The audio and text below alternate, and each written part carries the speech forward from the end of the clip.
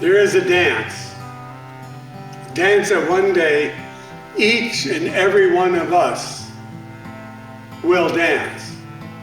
The dance takes place in a grand ballroom with a fabulous orchestra. The orchestra, I think, actually plays whatever song that the dancers themselves want to hear.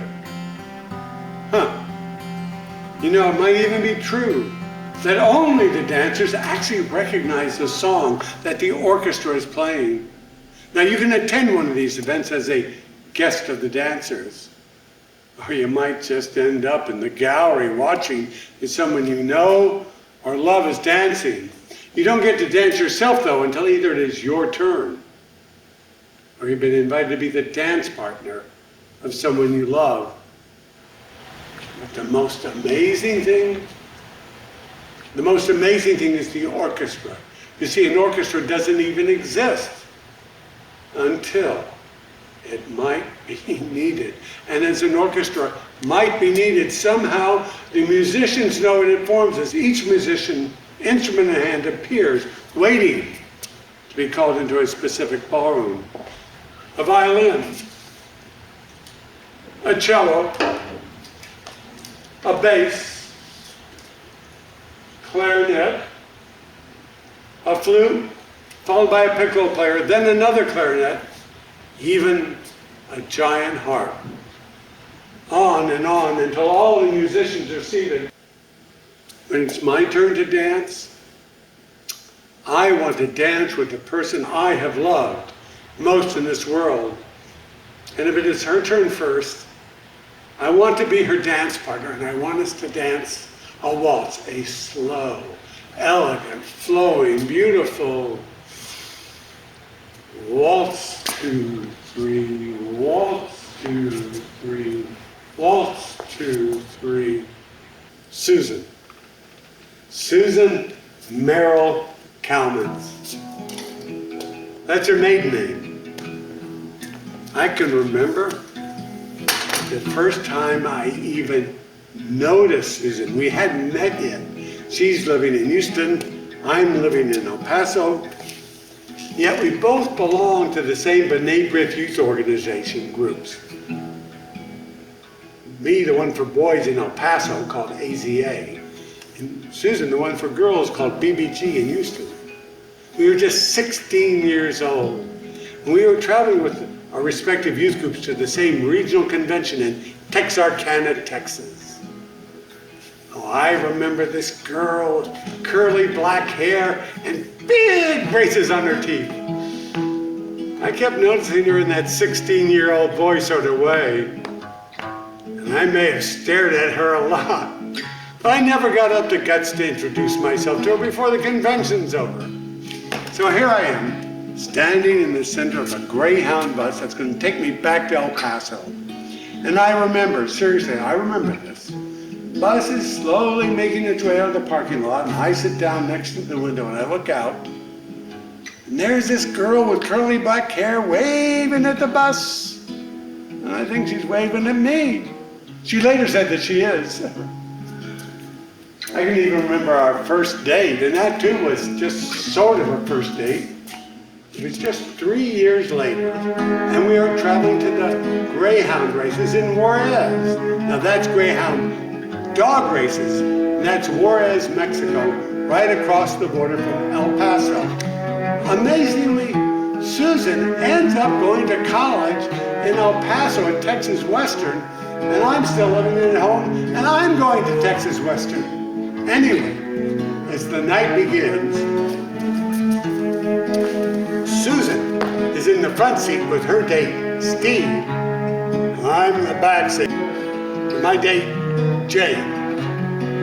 Now, neither one of these dates is going very well. So all the way back to El Paso from Juarez, Jane is in the front seat with Steve, and I'm in the back seat with Susan. And that is how it became our first date.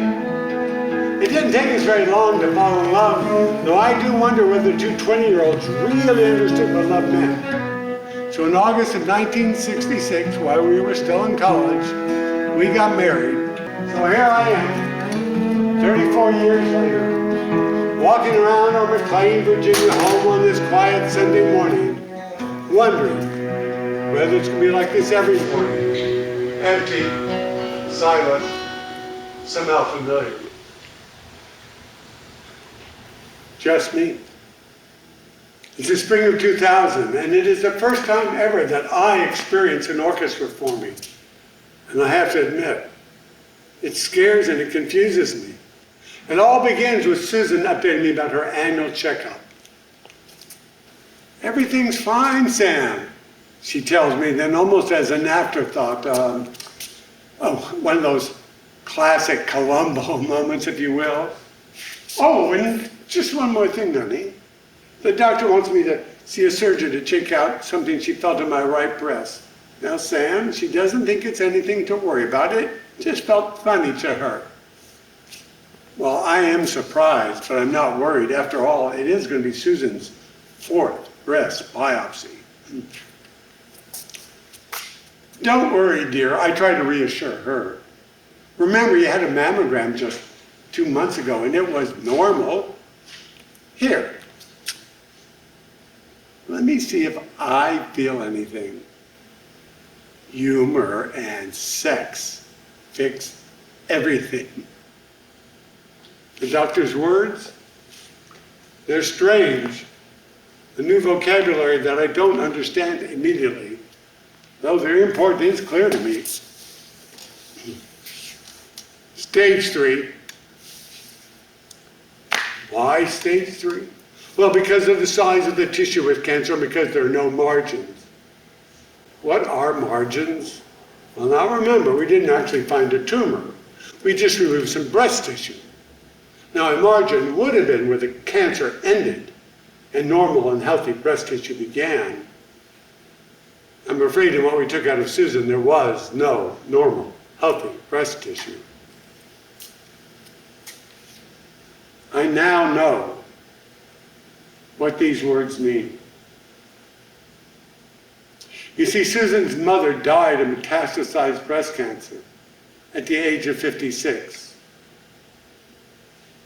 Susan is 54. I understand that the outcome is inevitable. Well, in the real world, I'm with Susan in the doctor's office. The nurse comes out to take Susan into the exam room, and I insist on being in the exam room with Susan and Dr. Blonder. They take us into the exam room. Yes, Susan, take off her top of her dress, then her blouse comes off, exposing her bare chest and big scar. She lays down on the exam table. How weird is it to watch as another man puts his hand on Susan's bare chest. His finger slides along the lips of the incision point when all of a sudden he stops. He doesn't say anything, he just does a military style about face, walks to the opposite wall and picks up the phone. Now that is weird. I wonder if he was paged. He walks back to tell us that he's found a lump on Susan's chest and it needs to be looked at right away. He's made an appointment for us for the next day with Dr. Happy, the breast surgeon, and that is what he was doing on the phone. And he is not happy. I need to talk to someone. Later that evening, I'm out on errands, and even though it's almost 9 o'clock at night, I wonder whether the rabbi is still at the office at the temple. I decide to just drop by the temple, even though it's still 9 o'clock at night. It is committee night, and she should be there. I really, really, really need to talk. And the rabbi is at the temple when I arrive. And she doesn't have time for a real talk. She has a family of her own, and she does need to get home. So she invites me into her private office as she's packing up. She doesn't sit down. So I start. Rabbi, I need to talk about and she interrupts with, oh, you said that Susan's not going to be around to see the grandkids grow up and she won't be at their bar and bat mitzvahs, right? I don't react. She doesn't understand. She doesn't get it. No, it's none of that, I scream silently. What I need to know is how am I going to do this? How am I going to dance the actual dance with Susan?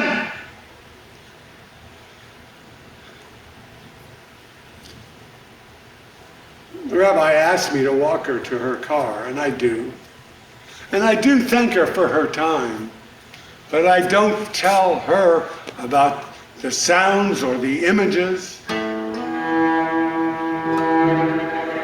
So I make an appointment with the psychiatrist that I've been seeing off and on for the past 20 years. It's been a while. He invites me into his office, which is familiar, much the same as it's always been. I sit down for what's going to turn out to be our only session, and once again, I cry. And I do tell him about the orchestra and the ballroom and the dance and how real it is to me. Secretly, I'm afraid I might be losing my mind. And I wonder, no, I hope they'll give me medication. He did that the last time I was going through a life transition. I think that the medication will remove the images, erase the orchestra, and change the future by changing what's going on in my head. And instead, he calls it a metaphor, and he says that it's beautiful. It never occurred to me that the dance was beautiful. His words have a dramatic effect on me. Beauty, dignity. Rather than fearing the actual dance, I think I'm going to be able to get ready for the dance. You see, I now understand that the actual dance will be the ultimate consummation of our love.